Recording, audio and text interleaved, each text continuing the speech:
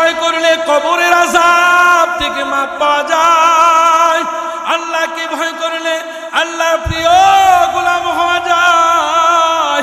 আল্লাহকে ভয় করলে দুনিয়ার মধ্যে সবচেয়ে দামি হওয়া যায়। আল্লাহকে ভয় করলে আল্লাহর ওলি হওয়া যায়। আল্লাহকে ভয় করলে জান্নাত পাওয়া যায়। এই জন্য ভয় যদি করতে হয় একমাত্র শুধুমাত্র কেবলমাত্র ভয় করব কাকে? আরো জোরে বলেন কাকে? মুসলমান ইমানদার কোন জালেমকে ভয় করতে পারে না, মরণকে ভয় করতে পারে না, ফাঁসির রশিকেও ভয় করতে পারে না। জান যাবে তো যাবে, অসুবিধা নাই। কোন জালেম যদি আমাদেরকে ভয় দেখায়, আমরা মুসলমান কোন জালেমকে ভয় করি না, জীবনেও করব না। ভয় যদি করতে হয় একমাত্র শুধুমাত্র কেবলমাত্র কাকে ভয় করব? আল্লাহর ভয় অন্তরে ঢুকাইয়া যদি জীবন দিতে হয়, যদি জান দিতে হয়, মাল দিতে হয়, কারা কারা আল্লাহর জন্য এই জান দিতে রাজি? একটু মালিকের দুইটা হাত উঠাইয়া দেখান। ও মালিক, আমরা তোমাকে ছাড়া আর কাউকে ভয় করি না।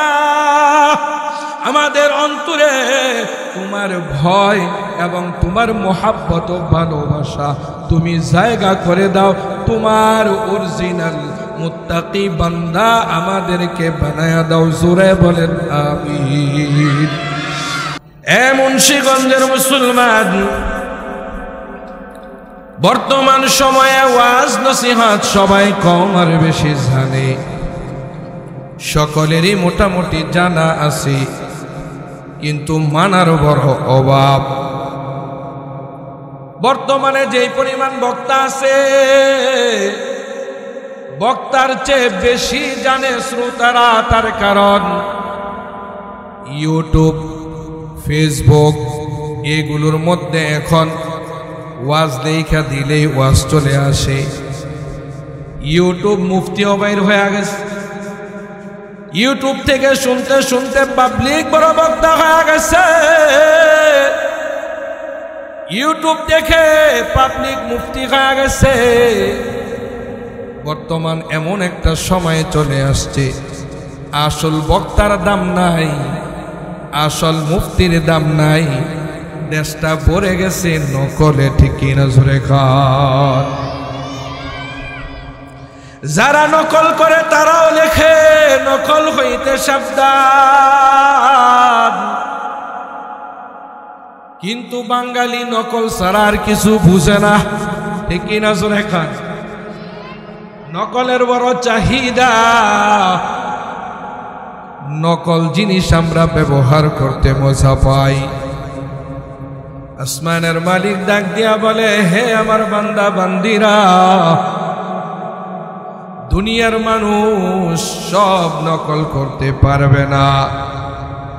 আমি আল্লাহ যে একজন আছি, আদম পয়গম্বর থেকে শুরু করে কিয়ামত পর্যন্ত যত মানুষ আসবে, একজনের সাথে একজনের চেহারা মিলে না, একজনের সাথে আরেকজনের মেজাজ মিলে না। এই যে আল্লাহ পাক এত সুন্দর করে আমাদেরকে বানাইছেন, এটা আর কেউ পারবে না। যিনি পারেন তিনি কি? আচ্ছা মানুষ বলো দেখি, রাত্রি কেন কালো, চাঁদ সূর্য কোথায় থেকে পেল এত আলো? পশু পাখি কয় না কথা, মানুষ কেন কয়? আচ্ছা মানুষ বলো এসব কেমন করে হয়? ফুলগুলো সব নানান রঙের কেমন করে হয়? পাতাগুলো সবুজ বটে ফুলের মতো নয়। দুধ কেন হয় সাদা, মরিচ কেন জাল? আমগুলো সব পাকলে পরে কেমনে হয় তা লাল?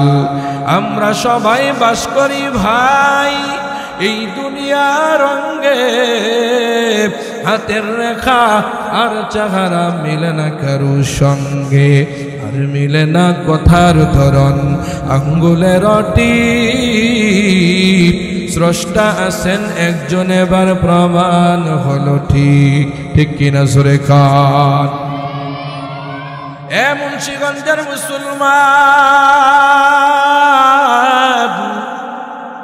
আল্লাহ পাক রব্বুল আলামিন ডাক দিয়া বলে, হে আমার গোলাম,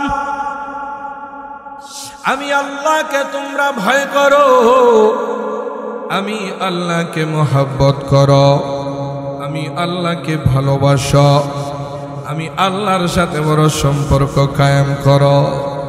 বর্তমান জমানায় আমরা আল্লাহর সাথে সম্পর্ক করতে চাই না।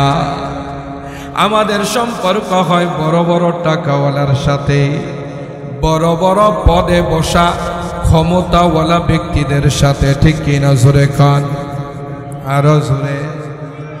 আমার আপনার সম্পর্ক নেতার সাথে হয়, আমার আপনার সম্পর্ক দুনিয়ার মধ্যে যারা ক্ষমতাওয়ালা আছে তাদের সাথে করতে চাই। আল্লাহ বলে, হে গোলাম, আমি আল্লাহর সাথে সম্পর্ক করো, আমি আল্লাহকে মহব্বত করো, আমি আল্লাহকে ভালোবাসো। আমি আল্লাহকে কিভাবে ভালোবাসবা? ও বান্দা, যে কোনো অবস্থায় আমি আল্লাহকে ভয় করবা, আমি আল্লাহর ভয় অন্তরে ঢুকাইবা। এই অন্তরের মধ্যে আমি আল্লাহকে ছাড়া আর কাউকে ভয় করা যাবে না। ভয় যদি করতে হয় একমাত্র শুধুমাত্র কেবলমাত্র কাকে করব? আসমানের মালিক ডাক দিয়া বলে, হে গোলাম, আমি আল্লাহকে যদি ভয় করো তাহলে বান্দা তোমার লস হবে না, বড় লাভ হয়ে যাবে। কেমন লাভ হবে? আল্লাহ ডাক দিয়া বলে, হে গোলাম, যখন তোমার দিলের মধ্যে আমার মহাব্বত ঢুকবে, আমার ভালোবাসা ঢুকবে, আমার মহাব্বত ঢুকবে, আমার ভয় প্রবেশ করবে, আমি আল্লাহকে ভয় করবা এবং মহাব্বত করবা, আমি আল্লাহকে কলিজার মধ্যে জায়গা দিবা। বান্দারে, সাথে সাথে আমি আল্লাহ তোমাকে ভালোবাসা শুরু করে দেই। বলেন সুবহানাল্লাহ। যেই বান্দা আল্লাহকে ভালোবাসবে, আল্লাহর মুহাব্বত তার কলিজায় জায়গা দিবে। আল্লাহ বলে, হে গোলাম, ইন্নাল্লাহা ইউহিব্বুল মুত্তাকিন, আমি আল্লাহ তোকে ভালোবাসি। জোরে আওয়াজ দিয়ে বলেন সুবহানাল্লাহ। আল্লাহকে ভালোবাসলে প্রথম অবস্থায় লাভ হলো আল্লাহ ওই বান্দাকে ভালোবাসি। আল্লাহ পাক ডাক দিয়া বলেন, আমি আল্লাহ ভালোবাসি, এখানেই শেষ না। আমি জিবরাইল আমিনকে ডাক দিয়া বলি, জিবরাইল, ও জিবরাইল, আয় রে আয়। ওই যে মুন্সিগঞ্জের একজন বান্দা আমি আল্লাহকে বড় ভালোবাসে, তার কলিজার মধ্যে আমি আল্লাহকে জায়গা দিছি, কলিজার মধ্যে আমার মহাব্বত ঢুকাইছে। আমি আল্লাহকে ছাড়া আর কাউকে ভালোবাসে না, আর কাউকে মহাব্বত করে না। এ জিবরাইল, জেনে নাও আমি আল্লাহ আমার ওই বান্দাকে আজ থেকে আমি বড় ভালোবাসি, মহাব্বত করি। আওয়াজ দিয়ে বলি সুবহানাল্লাহ। জিবরাইল, আমার বান্দা আমাকে ভালোবাসে, আমিও আমার বান্দাকে ভালোবাসি। আজ থেকে তুমি জিবরাইল আমিন আমার ওই বান্দাকে ভালোবাসবা। জিবরাইল রে, তুমি ভালোবাসলেই হবে না, সাত আসমানের সব ফেরেশতাদেরকে জানায়া দাও জমিনের বান্দাটা আমাকে বড় ভালোবাসে, আমাকে মহব্বত করে, আমার ভয় তার অন্তরে ঢুকাইছে। এ জিবরাইল, আমি আল্লাহ তাকে ভালোবাসি, তুমিও ভালোবাসবা। মিকাইলেরও বলে দিবা মিকাইল যেন ভালোবাসে। শুধু তাই না রে, সাত আসমানের সব ফেরেশতাদেরকে এলান দিয়ে জানায়া দাও, সব ফেরেশতারা যেন আমার ওই জমিনের গোলামটারে বড় ভালোবাসে এবং বড় মহাব্বত করে। বলেন সুবহানাল্লাহ। জিবরাইল আমিন ডাক দিয়ে সাত আসমানের সব ফেরেশতাদেরকে এলান করে দেয়, ও সাত আসমানের সব ফেরেশতারা, তোমরা জানিয়া রাখো, ওই যে মুন্সিগঞ্জের আল্লাহর এক গোলাম আল্লাহরে রাজি করাইছে, আল্লাহরে বড় মহব্বত করে, আল্লাহর ভয় তার অন্তরে জাগা দিছে। আল্লাহ এই কারণে ওই গোলামটারে বড় ভালোবেসে ফেলেছে। জিবরাইল আমিন আমি নিজেও বড় ভালোবেসে ফেলেছি। আজ থেকে ওই বান্দাকে তোমরাও ভালোবাসবা এবং ওই বান্দার জন্য মাগফিরাতের দোয়া করবা। সুবহানাল্লাহ। আর জোরে বলেন সুবহানাল্লাহ। জিবরাইল আমিন সাত আসমানের সব ফেরেশতাদেরকে এলান করে জানা দেয়, এ সাত আসমানের ফেরেশতারা রে, ওই যে আব্দুল করিম আব্দুর রহিম আল্লাহকে ভালোবাসলো, তোমরা তো তাকে ভালোবাসবা। এই মেসেজটা জমিনের সব ফেরেশতাদেরকে জানায়া দাও, জমিনের সব ফেরেশতারা যেন আল্লাহর এই গোলামকে মহব্বত করে ভালোবাসে। এবার আসমানের ফেরেশতারা জমিনের ফেরেশতাদেরকে এলান করে দেয়, ও জমিনের ফেরেশতারা শুনো, ওই যে মুন্সিগঞ্জের একজন আল্লাহর বান্দা আব্দুল করিম আল্লাহর সাথে বড় সম্পর্ক করে ফেলেছে, আল্লাহর ভালোবাসা তার অন্তরের মধ্যে জায়গা করে দিছে, আল্লাহর মহব্বত আল্লাহর ভয় তার অন্তরের মধ্যে জায়গা করে দিছে। এ জমিনের ফেরেশতারা রে, আজ থেকে এলান করে দিলাম, আল্লাহ ওই বান্দাকে বড় ভালোবাসে। জিবরাইল আমিন থেকে শুরু করে আকাশের সব ফেরেশতারা আব্দুল করিম নামের গোলামটারে বড় ভালোবাসে, বড় মহব্বত করে। জমিনের সব ফেরেশতারা আজ থেকে ওই জমিনের আল্লাহর গোলামটারে বড় ভালোবাসবা, বড় মহব্বত করবা। আওয়াজ দিয়ে বলি সুবহানাল্লাহ। জমিনের সব ফেরেশতারা ওই আল্লাহর বান্দাকে বড় ভালোবাসে, মহব্বত করে। যদিও আমরা বুঝি না আমাদেরকে যে ফেরেশতারা কত ভালোবাসে, কত মহব্বত করে, ফেরেশতাদেরকে আমরা দেখি না, এই জন্য বুঝি না। বাবাজিরা আমার,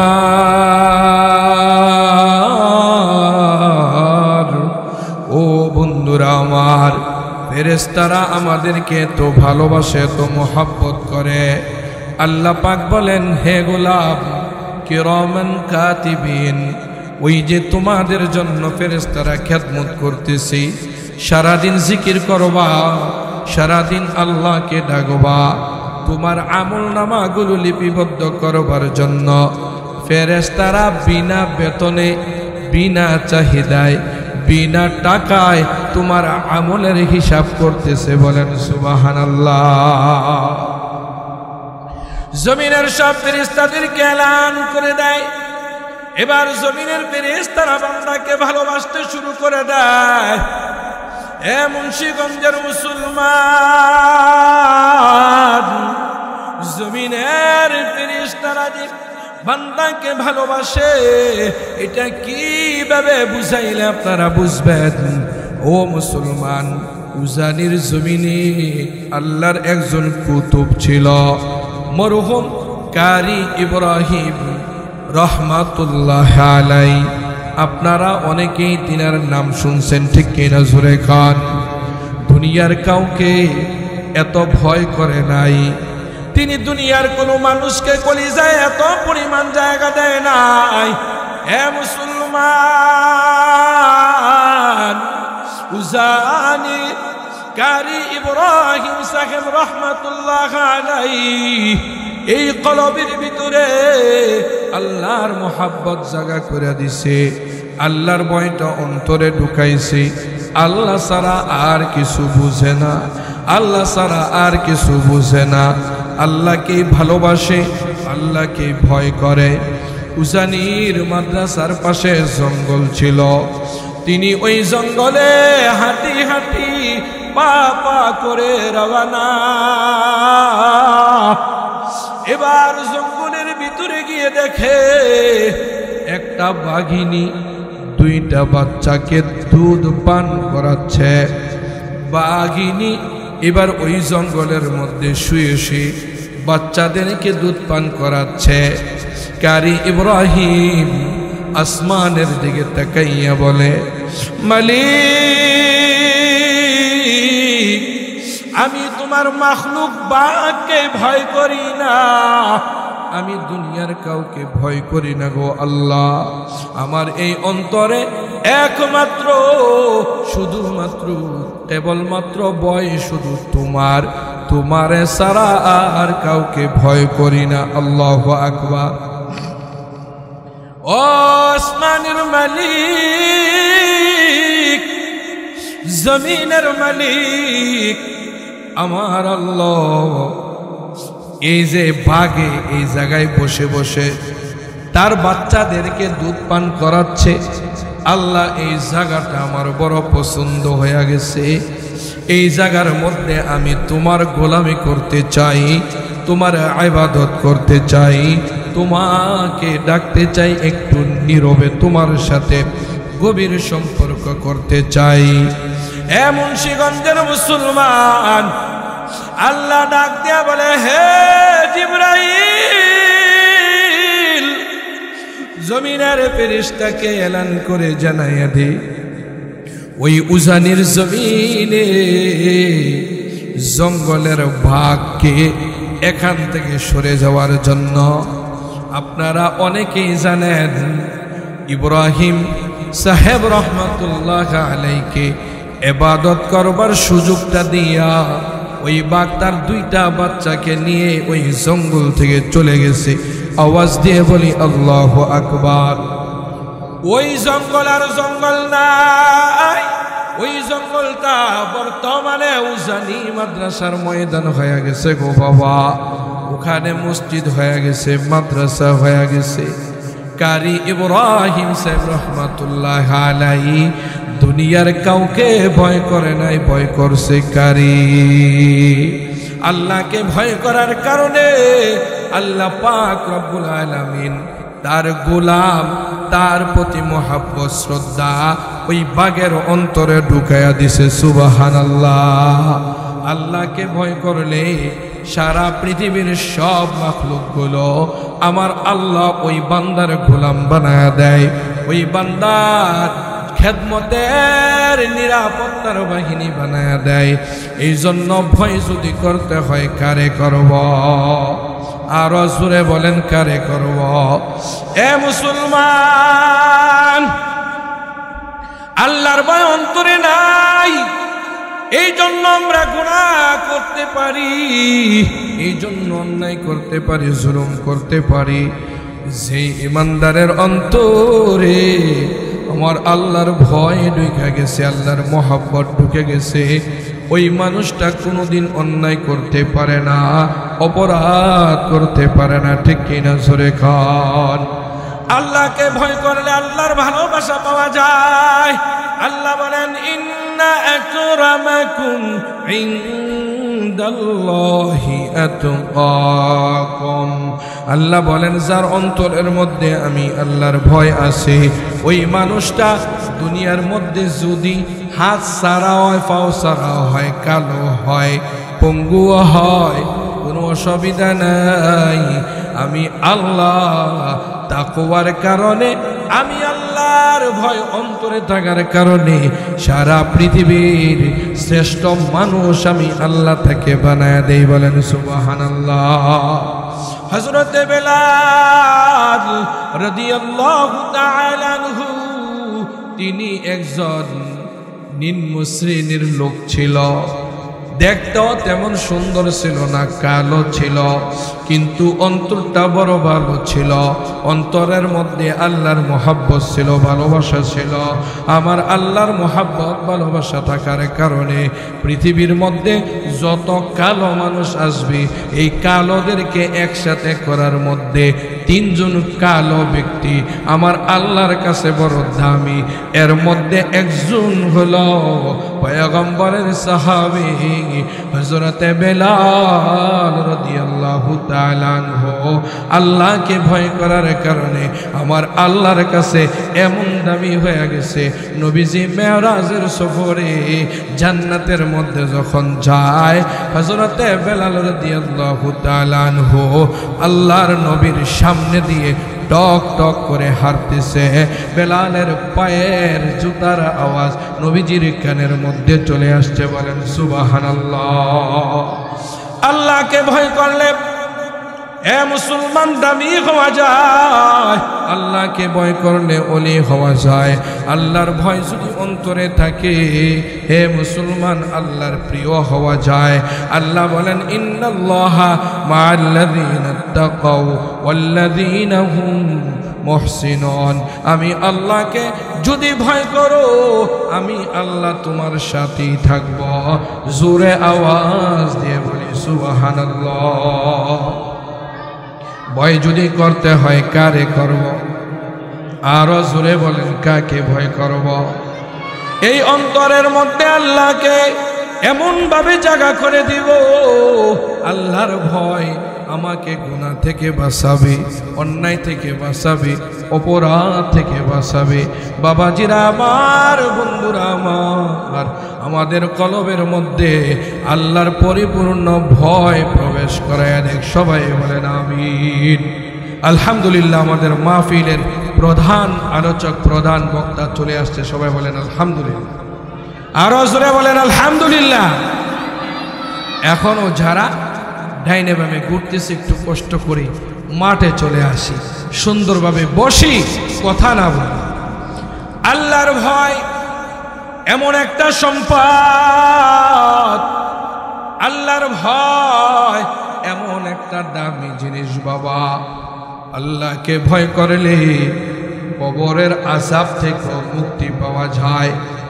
আল্লাহকে ভয় করলে কবরের শাস্তি থেকে মুক্তি পাওয়া যায়।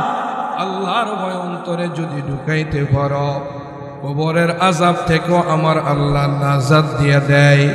বাবাজিরা আমার, বন্ধুরা আমার, বনি ইসরাইল ওই জামানার একটি ঘটনা আমার আপনার নবী সাহাবায়ে কেরামদেরকে ডাক দিয়ে বলে, সাহাবীরা রে,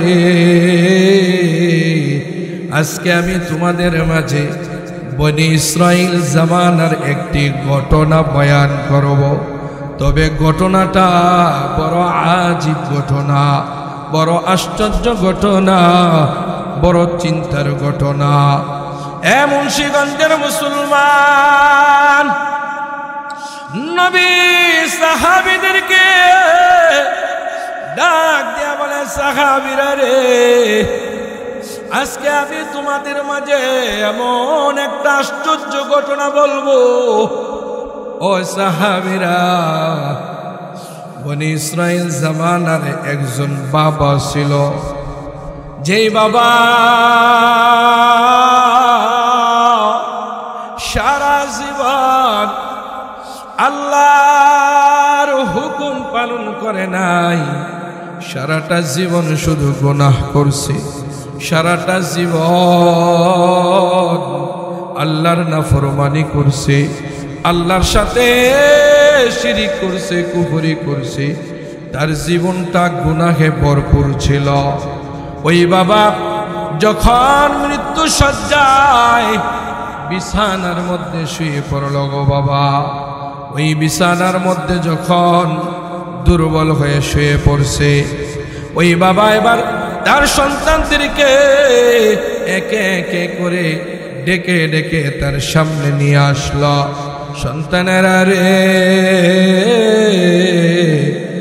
আয় আয় আয়, আজকে আমি তোমাদেরকে কিছু নসিহত করব এবং কিছু ওসিয়ত করব।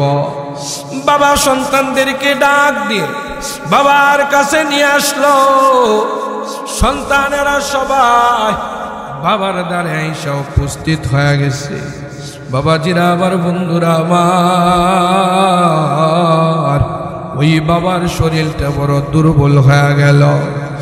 সন্তানেরা মনে মনে ভাবলো, জানি না কি ওসিয়ত করে। সন্তানদেরকে পাশে বসাইয়া ওই বাবার ডাক দিয়ে বলে, সন্তানেরা রে, জীবনে অনেক গুনাহ করেছি, অন্যায় করেছি, অপরাধ করেছি, আমার জীবনটা গুনাহের মধ্যে কেটেছে। এ সন্তানেরা, আমি এই গুনাহ, এমন গুনাহ করছি, এই গুনাহওয়ালা চেহারাটা আমি আল্লাহর সামনে নিয়ে যাইতে চাই না। আমার এই গুনাহগার চেহারাটা আমি আল্লাহর সামনে পাঠাইতে চাই না। আমি গুনাহগার আল্লাহর কাছে দাঁড়াইতে চাই না। সন্তানেরা রে, আমি মনে হয় আর বাঁচব না। আমার মনে হয় এই দুনিয়ার জমিন থেকে আমি বিদায় নিয়ে যাব। সন্তানেরা রে, আমি যদি মারা যাই, আমার এই লাশটাকে তোমরা কবরের মধ্যে দাফন করিও না,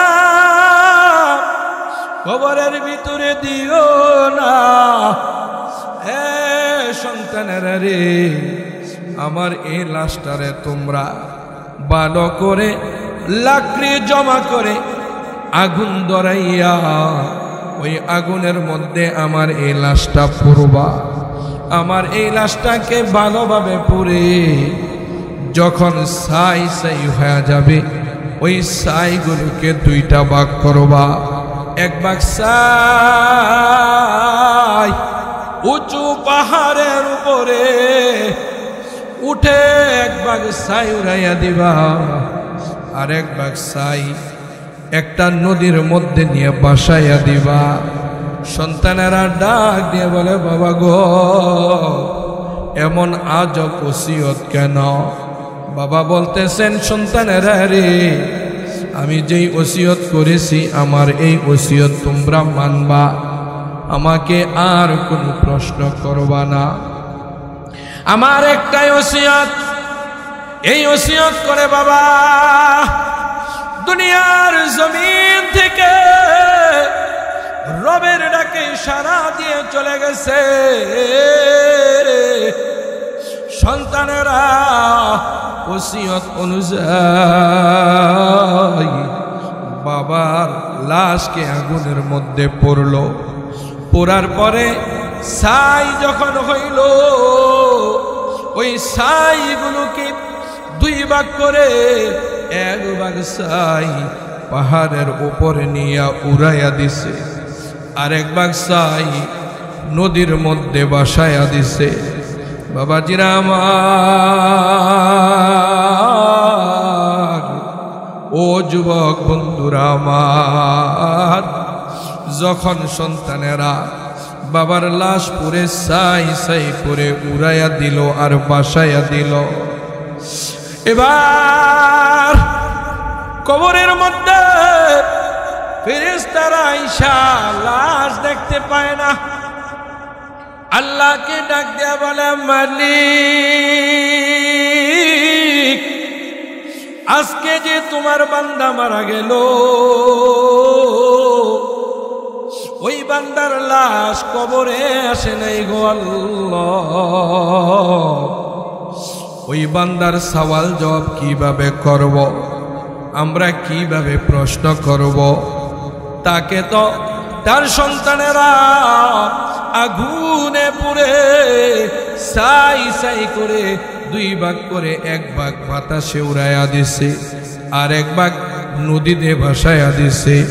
আল্লাহ, তোমার এই বান্দার তিনটা প্রশ্ন আমরা কিভাবে করব? আমার আল্লাহ ডাক দেয়া বলে, এ ফেরেশতা,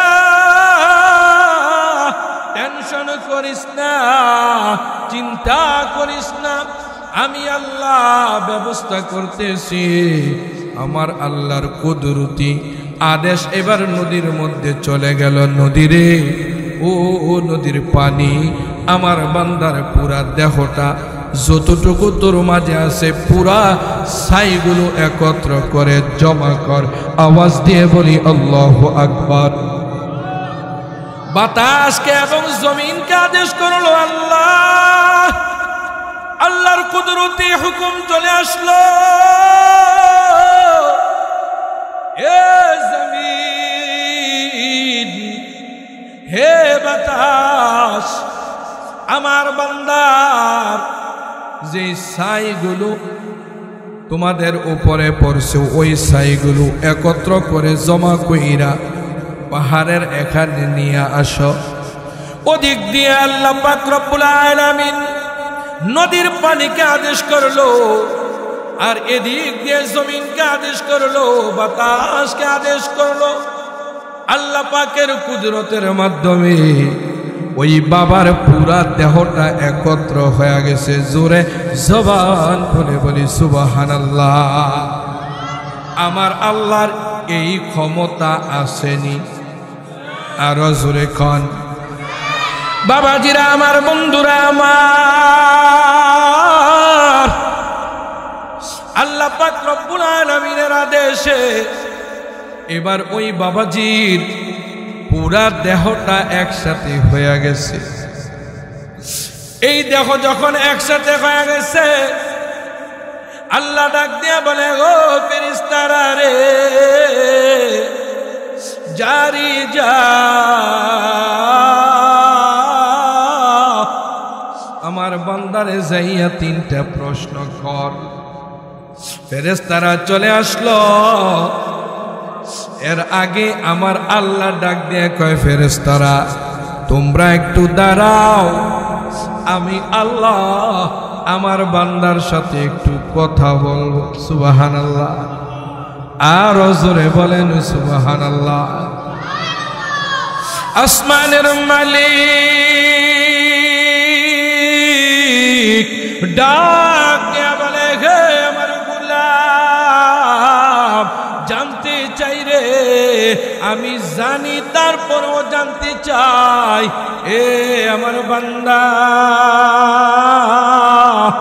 মরার আগে তোর সন্তানদেরকে ডেকে ডেকে এমন আজীব ওসিয়তটা তুই কেন করলি? এমন কঠিন ওসিয়ত কেন করলি? এমন ওসিয়ত দুনিয়ার কোনো বাবা সন্তানদেরকে করে না। এ আমার বান্দা, তুই এই কঠিন ওসিয়ত, আশ্চর্য ওসিয়ত তোর সন্তানদেরকে কেন করলি?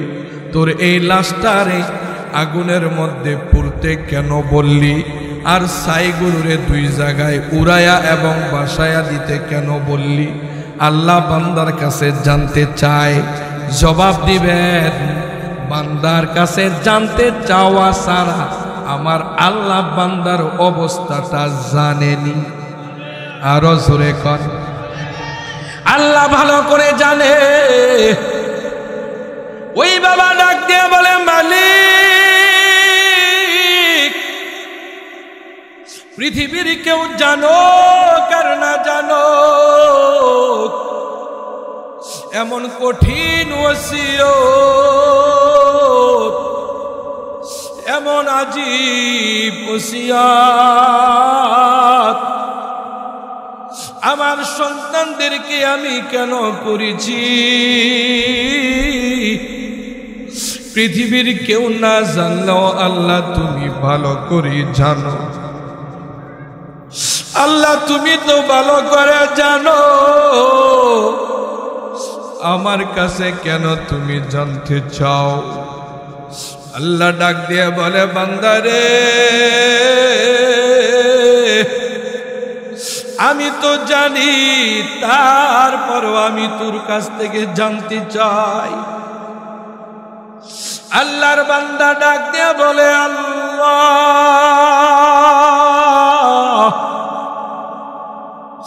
আমাকে তুমি দুনিয়ার জমিনে কত মায়া করে পাঠাইলা, কত মোহাব্বত করে পাঠাইলা, কত আদর করে পাঠাইলা। আমারে যে পাঠাইলা, ওয়ামা খালাকাতুল জিন্না ওয়াল ইনসা ইল্লা লিয়াবুদুন। আল্লাহ তুমি আমাকে তোমার গোলামির জন্য পাঠিয়েছিলা, কিন্তু আমি শয়তানের দুকায় পড়ে আমি দুনিয়াতে তোমার গোলামি করতে পারি নাই। আমি তোমাকে চিনতে পারি নাই, আমি তোমাকে ডাকতে পারি নাই। আল্লাহ জীবনটা ভরপুর শুধু অন্যায় করলাম, অপরাধ করলাম, নিজের নফসের উপরে জুলুম করলাম, এমন কোন গুনাহ নাই আল্লাহ আমি করি নাই গো মালিক। আল্লাহ যখন মৌতের বিছানায় পিঠ লেগে গেছে, শরীর থেকে শক্তি চলে গেছে, চোখগুলো গুলা হয়ে গেছে, চোখ দিয়ে ভালো করে দেখতে পাই না, শরীরের মধ্যে শক্তি নাই। ও মালিক ঠিক ওই মুহূর্তে তোমার ভয় আমার অন্তরের মধ্যে ঢুকে গেছে, তোমার মহাব্বত অন্তরে ঢুকে গেছে। আল্লাহ তোমার ভয় অন্তরে ঢুকার পর নিজে নিজে চিন্তা করলাম, আমার আল্লাহ আমাকে ইবাদত করবার জন্য পাঠিয়েছে, আমার জীবনেও আমি আল্লাহর ইবাদত করি নাই। আমার আল্লাহ যে গোলামি করবার জন্য পাঠাইছে, আমি তো জীবনও আল্লাহর কোনো গোলামি করলাম না, উল্টা আল্লাহর নাফরমানি করলাম। এখন যে মরার পরে অন্ধকার কবরে আমারে রেখে আসবে,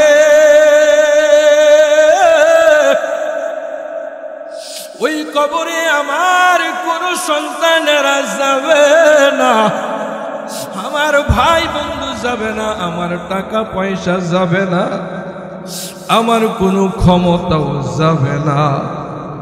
আমার যে কবরের মধ্যে রেখে আসবে, ফেরেশতারা যাইসা আমাকে জিজ্ঞেস করবে, মার রব্বুক। ও আল্লাহ, দুনিয়াতে তো রবের সাথে আমার কোনো সম্পর্ক হয় নাই, আমি তো রবের কোনো কাজ করতে পারি নাই। আমাকে যদি প্রশ্ন করা হয়, মার রব্বুক, তোমার রবকে, আমি ফেরেশতাদেরকে কি জবাব দিব? ফেরেশতাদেরকে আমি কি বলে সান্ত্বনা দিব? আমার এই গুনাহগারের চেহারাটা, এই জাহান্নামী চেহারা আমি ফেরেশতাদের সামনে দেখাইতে চাই নাই। আল্লাহ গো, দিলের মধ্যে যখন তোমার ভয় ঢুকে গেছে, আল্লাহ আমার এই চেহারা তোমার সামনে নিয়ে কেমনে দাঁড়াবো? আমার বড় লজ্জা হয়, আমার বড় শরম লাগে। ও আল্লাহ, এই জন্য সন্তানদেরকে ওসিয়ত করছি, সন্তানেরা রে, তোর বাবার এই দেহ কবরে দিস না রে। কবরের মধ্যে ফেরেশতাদের সামনে আমার এই গুনাহগার চেহারাটা আমি ফেরেশতাদের সামনে দেখাইতে পারবো না, আমার আল্লাহর কাছে আমি দাঁড়াইতে পারবো না। আল্লাহ গো, এই ভয়ে, এই লজ্জার কারণে সিদ্ধান্ত নিছি এই জাহান্নামীর দেহ কবরে দেওয়া যাবে না, দাফন করা যাবে না। সন্তানেরা রে, আমার লাশটাকে পুরে তোরা ছাই কইরা দুই জায়গায় উড়াইয়া এবং বাসায়া দিস, আমার এই দেহটা যেন ফেরেশতারা না পায়। হে আল্লাহ, এমন ওসিয়ত আমি কোনদিন সন্তানদেরকে করতাম না। একমাত্র শুধুমাত্র কেবলমাত্র তোমার ভয় যখন অন্তরে ঢুকছে, তোমার আযাবের ভয়ে, তোমার কবরের শাস্তির ভয়ে আমি আল্লাহ আমার সন্তানদেরকে এই ওসিয়ত করেছি। আল্লাহ গো, আমি আগে বুঝি না, আমাকে ক্ষমা করে দাও, আমাকে মাফ করে দাও। এ মুন্সিগঞ্জের মুসলমান, আমার আল্লাহ তো রহিম, আমার আল্লাহ তো রহমান। বান্দার কলবে যখন আল্লাহর ভয় ঢুকে গেছে, আল্লাহ ডাক দিয়ে কয়, হে আমার বান্দা, মরার আগে যে আমার ভয়টা অন্তরে নিয়া কবরে আসতে পারছো, কবরে আসার আগে যে আমি মালিকের ভয় তোর অন্তরের মধ্যে ঢুকে গেছি, আমি আল্লাহ যে আছি তুই এটা বুঝলি। এ বান্দা, কবরে আসার আগে কবরের আযাবের ভয়, আমার আল্লাহর জাহান্নামের ভয়, আমার শাস্তির ভয় যেই বান্দার অন্তরে ঢুকে যায়, যেই বান্দার অন্তরের মধ্যে প্রবেশ করে, আমি আল্লাহ নতুন করে কবরের মধ্যে তারে আর জাহান্নামের ভয় দেখাই না, আমি আল্লাহ তারে আর কোন শাস্তি দেই না। আমি আল্লাহর ভয়, আমি মালিকের মুহাব্বত তোর অন্তরে নিয়া, ও আমার বান্দা, তুই যে মরলি, মরার আগে আমি আল্লাহকে ভয় করার কারণে মরার পরে সব শাস্তি থেকে আমি আল্লাহ নিজ গুণে তোরে ক্ষমা করে দিলাম। এ মুসলমান বন্ধু, আমার আল্লাহকে ভয় করলে লাভ আসেনি। আল্লাহকে ভয় করলে কবরের আযাব থেকে মাপ পাওয়া যায়। আল্লাহকে ভয় করলে আল্লাহর প্রিয় গোলাম হওয়া যায়। আল্লাহকে ভয় করলে দুনিয়ার মধ্যে সবচেয়ে দামি হওয়া যায়। আল্লাহকে ভয় করলে আল্লাহর ওলি হওয়া যায়। আল্লাহকে ভয় করলে জান্নাত পাওয়া যায়। এই জন্য ভয় যদি করতে হয়, একমাত্র শুধুমাত্র কেবলমাত্র ভয় করব কাকে? আরো জোরে বলেন কাকে? মুসলমান ইমানদার কোন জালেমকে ভয় করতে পারে না, মরণকে ভয় করতে পারে না, ফাঁসির রশিকেও ভয় করতে পারে না। জান যাবে তো যাবে, অসুবিধা নাই।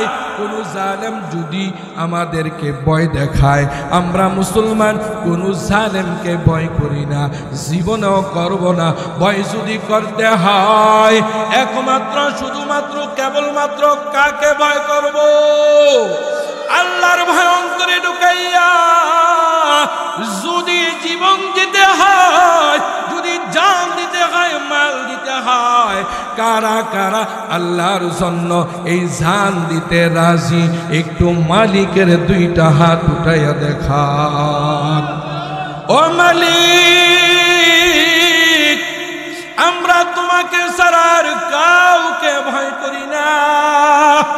আমাদের অন্তরে তোমার ভয় এবং তোমার মহাব্বত ও ভালোবাসা তুমি জায়গা করে দাও। তোমার অরিজিনাল মুত্তাকি বান্দা আমাদেরকে বানায়া দাও। জোরে বলেন আমিন। বাবাজিরা আমার, বন্ধুরা আমার, আজকের ওয়াজ মাহফিল, এখান থেকে আমাদের কিছু নিতে হবে এবং কিছু দিতেও হবে, ঠিক কিনা? জোরে কর। মাদ্রাসায় মসজিদে ওয়াজ মাহফিলে কিছু দিতে হয়, আবার ওয়াজ থেকে কিছু নিতে হয়, ঠিক কিনা? জোরে কর। আমি আপনাদেরকে আজকে এমন একটা ঔষধ দিয়া যাব, আমি আপনাদেরকে আজকে এমন একটা ট্যাবলেট দিয়া যাব, এই ঔষধ কোনো ডাক্তার লিখতেও পারবে না, দিতেও পারবে না। এই ঔষধ কোনো কবিরাজের কাছে পাবেন না। এমন একটা ঔষধ আমি আপনাদের কাছে দিয়া যাব। বাবাজিরা আমার, বন্ধুরা আমার, ঔষধটা কাদের কাজে লাগবে? যারা রোগী তাদের জন্য ঔষধ কাজে আসবে, ঠিক কিনা? জোরে কর। এই ঔষধের রোগী এখানে সবাই নাই। যারা বিবাহিত তাদের মধ্যে অনেক রোগী আছে। রোগটা হলো কি? বাবাজিরা আমার, বন্ধুরা আমার, আমাদের ঘরে স্বামী স্ত্রীর মধ্যে মাঝে মাঝে ঝগড়া হয় কি হয় না? আরো জোরে। স্বামী স্ত্রীর ঝগড়া আপনাদের মুন্সিগঞ্জের কারো ঘরে হয় কি হয় না? হে মুসলমান, স্বামী আর স্ত্রী প্রতিদিন, প্রতি সপ্তাহে, প্রতি মাসে মাঝে মাঝে ঝগড়া হয়। বর্তমান সময়ে প্রায় ঘরের মধ্যে স্বামী স্ত্রী অশান্তিতে আছে, ঠিক কিনা? জোরে কর। আপনারা মনে হয় শান্তিতে আছেন। যারা শান্তিতে আছে তাদের জন্য এই ঔষধ না।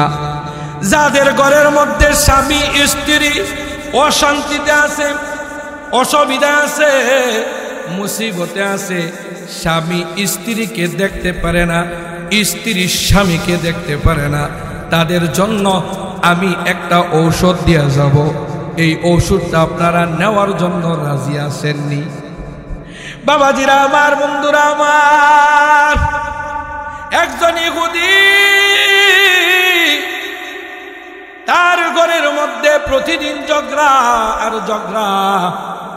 স্বামী স্ত্রীকে দেখতে পারে না, স্ত্রী স্বামীকে দেখতে পারে না। সারাদিন স্বামী পরিশ্রম করে আসার পর যখন ঘরের মধ্যে প্রবেশ করে, স্ত্রীর দুর্ব্যবহারে স্বামী মনে মনে চিন্তা করে যে ফাঁসির রশিটা আজকেই গলায় ঝুলাইয়া দিমু। এমন নাফরমান স্ত্রী আমাদের সমাজে দুই একজন আসেনি? কথা কয় না? আরো জোরে। স্বামী স্ত্রী ঝগড়া আর ঝগড়া।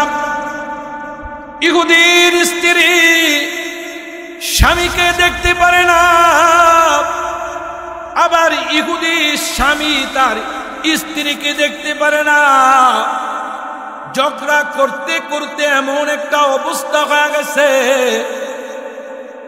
স্ত্রী নিয়ত করছে স্বামীরে আর দুনিয়াতে বাঁচায়া রাখবো না, স্বামীকে দুনিয়ার জমিন থেকে বিদায় করে দিব। ও মুসলমান বন্ধু, স্বামী ওই দিন নিয়ত করছে দুনিয়ার কোথাও এই সমস্যার সমাধান পাওয়া যাবে না।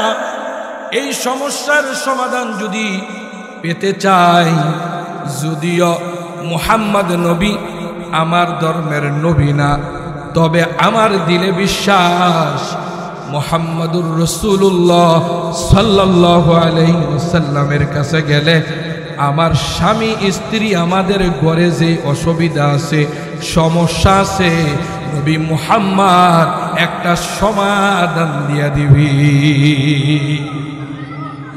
ইহুদিদের মনের মধ্যে নবীর ভালোবাসা ছিল, এখন তো মুসলমান নবীর উম্মত হয়ে নবীকে ভালোবাসতে চায় না। এবার ইহুদি স্বামী নবীর দরবারে রওনা,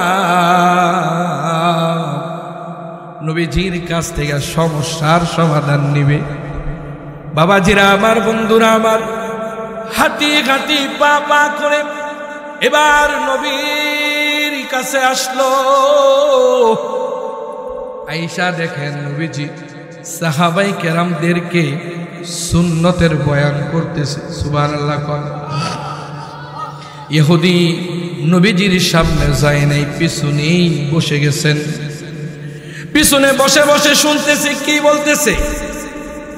হঠাৎ মনোযোগ, এবার নবীর কথা শুনতেছে।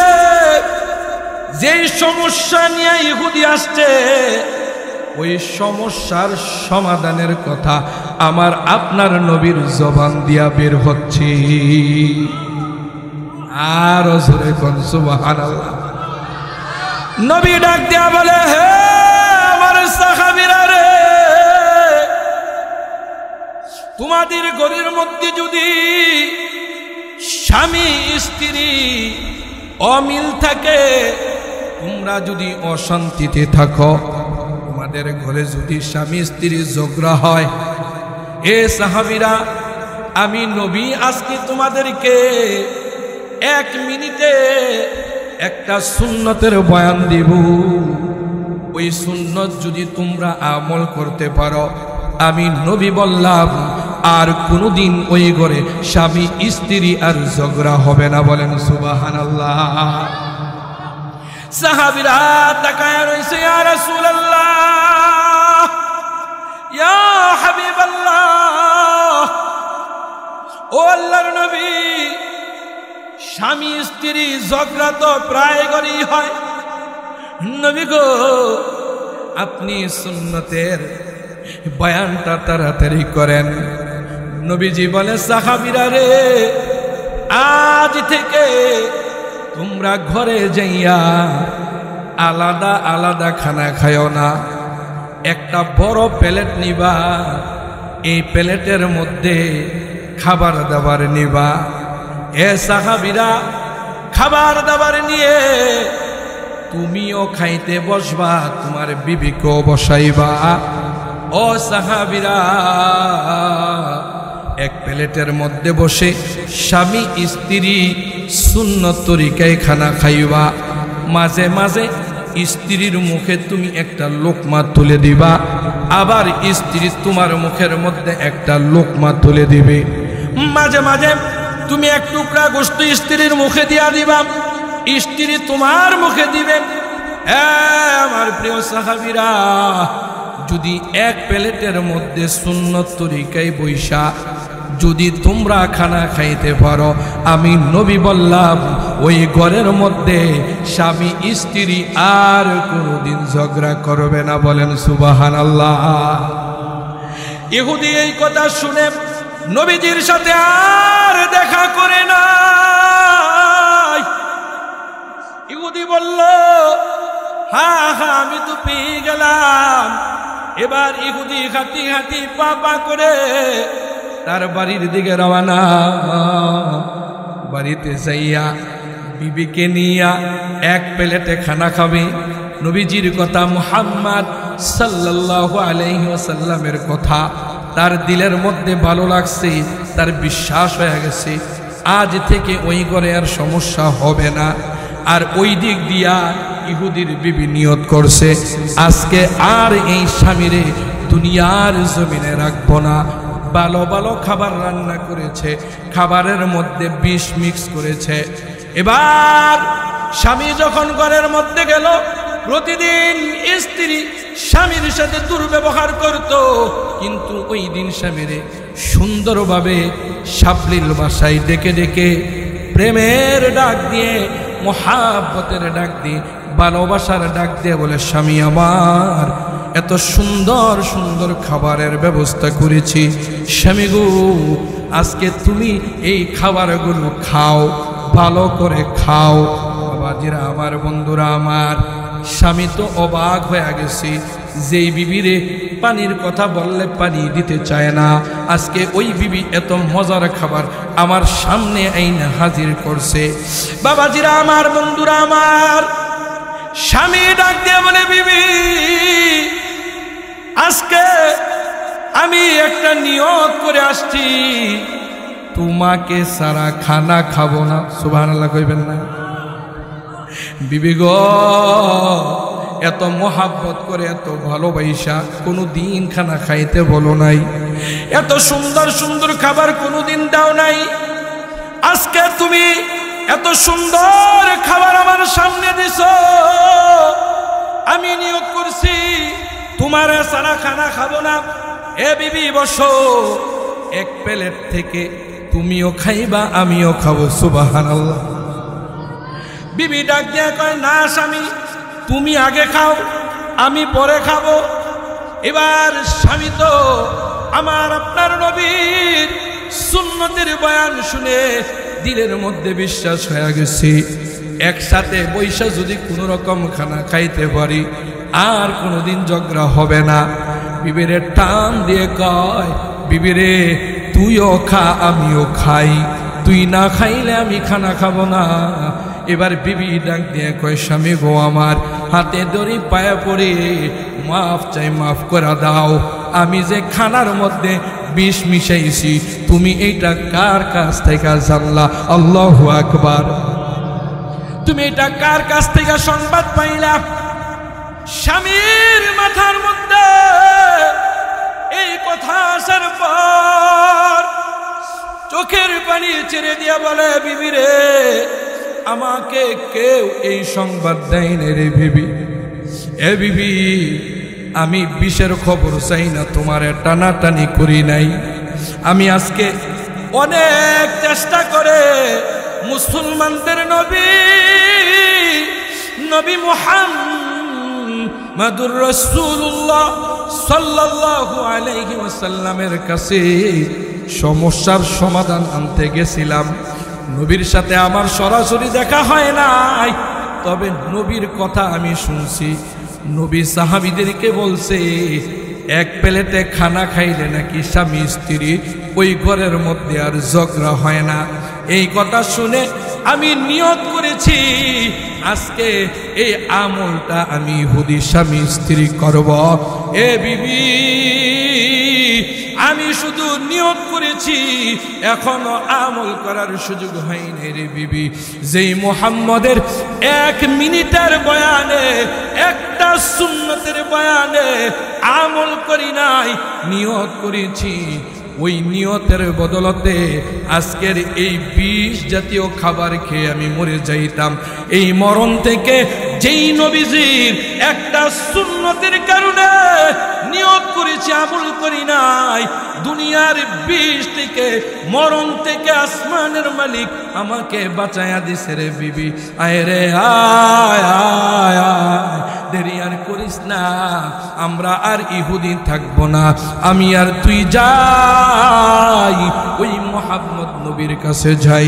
নবীজির কাছে যাইয়া সালাম দিয়া বলল, ও পয়গম্বর আমার ঘরের এই ঘটনা ঘটেছিল, আমি দূর থেকে আপনার একটা সুন্নত আমল করার নিয়ত করেছি, এই নিয়ত করার বদলতে আমার জীবনটা বেঁচে গেছে। আমার বিশ্বাস আপনার 63 বছরের সুন্নতগুলো যদি আমল করতে পারি, ধরতে পারি, মানতে পারি, তাহলে দুনিয়াতে যেইভাবে বিপদ থেকে বেঁচে গেলাম, আপনার সুন্নতের বদলতে কবর থেকে শুরু করে মুসিবতের দিনগুলো আমার আল্লাহ মুক্তি দিয়ে আমাদেরকে জান্নাত দিয়ে দিবে, তার মধ্যে কোনো সন্দেহ নাই। ও পয়গম্বর, দেরি আর করিয়েন না, আমাকে এবং আমার স্ত্রীকে তাড়াতাড়ি করে কালিমা পড়াইয়া মুসলমান বানাইয়া দেন। তাকবীর মে কলমা মে নামাজ, জু মে আযামে आए नाम इलाही से मिला नाम मोहम्मद, मोहम्मद अरबी है यू नबी रास्ते पे शुआ, आलम हुआ उसकी पैदाइश से उजाला, शफीउल उमम हमारा नबी रोज़ क़यामत, शफाअत करेगा अल्लाह की पास गुनाहगार उम्मत। दुनिया की तमाशा है मदीना की गली में, दुनिया की तमाशा है मदीना की गली में, जन्नत का नमूना है मदीना की गली में। ओ दिल गईने की गो जो सोय मदीना, ओ दिल गईने ही हो जो सोय मदीना, ओ सरहाइने ही हो जो कुर्बान मोहम्मद, ओ सरहाइने ही हो जो कुर्बान मोहम्मद। ए मुंशीगंजेर मुसलमान, नबीर 1 মিনিটের বয়ানে আর একটা সুন্নতের মধ্যে যদি এত লাভ থাকে, ওই নবীজির প্রত্যেকটা সুন্নত মুসলমানেরা মানার দরকার আসেনি। নবীর সুন্নত কোথায় পাবো? এই যে মাদ্রাসা, এটা যদিও আমি আপনি দেখি আমাদের এলাকার একটা দালান, আমার আপনার এলাকার একটা বাগান, বাবাজিরা আমার, বন্ধুরা আমার, দারুল ইসলাম মাদ্রাসা, এইটা আমার আপনার নবীজির ঘর। আর এই ঘরের মধ্যেই রসুলের প্রত্যেকটা সুন্নতের প্রশিক্ষণ দেওয়া হয়, আর রসুলের সুন্নত শিক্ষা দেওয়ার কারখানা হলো মাদ্রাসা। আমরা যদি নবীকে ভালোবাসতে চাই, নবী তো না, নবীর মাদ্রাসাগুলোকে ভালোবাসতে হবে, নবীর মাদ্রাসার রুহানি সন্তানগুলোকে ভালোবাসতে হবে। কোরআন যারা পড়ে তাদেরকে মহব্বত করতে হবে, যারা কোরআন পড়ায় তাদেরকে মহব্বত করতে হবে। মাদ্রাসা থাকলে সুন্নতের মুজাকারা থাকবে, সুন্নতের কারখানা থাকবে। সুন্নতের কারখানা থাকলে আমি, আমার সন্তান, আমার ভাই, আমার পাড়াপড়শি সবাই নবীর আদর্শ শিখতে পারবে। ঠিক কিনা জোরে খান? আমরা কারা কারা চাই এই নবীর মাদ্রাসাটা আরো বিশাল বড় হোক, জামিয়া হোক, এই নবীর ঘরটা কিয়ামত পর্যন্ত চালু থাকুক? আমরা কারা কারা চাই? দুইটা হাত উঠায়া মালিকের দেখাই। আয় আল্লাহ, আমরা চাই এই যে নবীর ঘর, দারুল ইসলাম মাদ্রাসা ও এতিমখানা কমপ্লেক্স, আল্লাহ তুমি জামিয়া হিসাবে কবুল করে নাও, কিয়ামত পর্যন্ত কবুল করে নাও। এই মাদ্রাসার উসিলায় এই এলাকার সবাইরে তুমি কিয়ামতের ময়দানে ক্ষমা করে দিও। জোরে আওয়াজ দিয়া বলেন আমিন। বাবাজিরা আমার, বন্ধুরা আমার, আজকের মাহফিল থেকে আপনাদেরকে একটা সুন্নতের কথা বললাম। আজ থেকে স্বামী স্ত্রী আমরা এক প্লেটে খানা খাওয়ার চেষ্টা করব ইনশাআল্লাহ। তাহলে আমল কইরা দেখেন, ওই করে আর ঝগড়া হবে না। স্বামী যদি স্ত্রীরে খাওয়ায় দেয়, স্ত্রী স্বামীরে খাওয়ায় দেয়, ওই ঘরে আর শয়তান ঢুকবে না। ঠিক কিনা জোরে আর আসরা বলেন, ঠিক কিনা? আল্লাহ পাক আমাদের সবাইকে রসুলের প্রত্যেকটা সুন্নতের উপর সুন্দরভাবে সঠিকভাবে আমল করবার তৌফিক দান করুক। সবাই বলে না আমি। আমি আপনাদের অল্প 5-7 মিনিট একটু কষ্ট দিব। এই কষ্টটা আমার জন্য না, ব্যক্তিগত কারো জন্য। এই কষ্টটা একমাত্র আমরা আল্লাহ এবং রসুলের মহাব্বতে করব ইনশাআল্লাহ। আপনাদের প্রথম সহযোগিতা চাই যে মাদ্রাসার জন্য প্রাণ ভরে দিল থেকে দোয়া করবেন। পারবেন তো ইনশাআল্লাহ? পারবেন তো ইনশাআল্লাহ?